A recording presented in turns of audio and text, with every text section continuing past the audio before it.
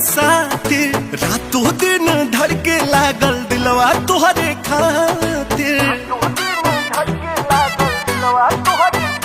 हाय जादू ऐसन कहले बा दोनों अखिया सातिर, रातों दिन धड़के लागल दिलवा तोहरे खातिर। पार कैले बा हद पागल बन के, कबली आई तू कनिया हमार बन के। कबली आई तू कनिया हमार बन के।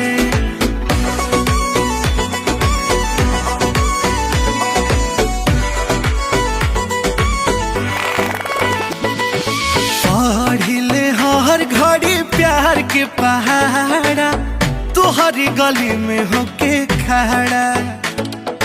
बन गहिल बाहरू तू जिए के सहारा, बिन तहरा होई न गुजारा।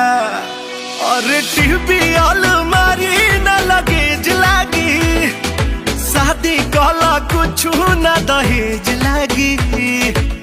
बात कहिले हम अपना मन के, कबली आई तू कनिया हमार बन के। कबली आई तू कनिया हमार बन के।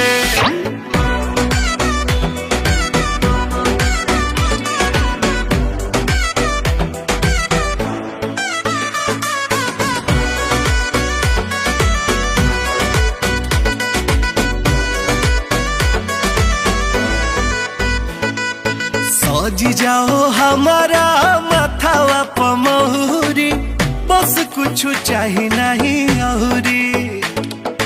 तोहरे ही साथ बरसात में खाई, गरम गरम चाय या पकौड़ी।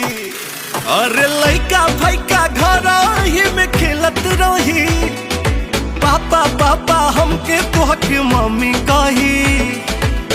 सुख असली बाटे है जीवन के, कबली आई तू कनिया हमार बन के।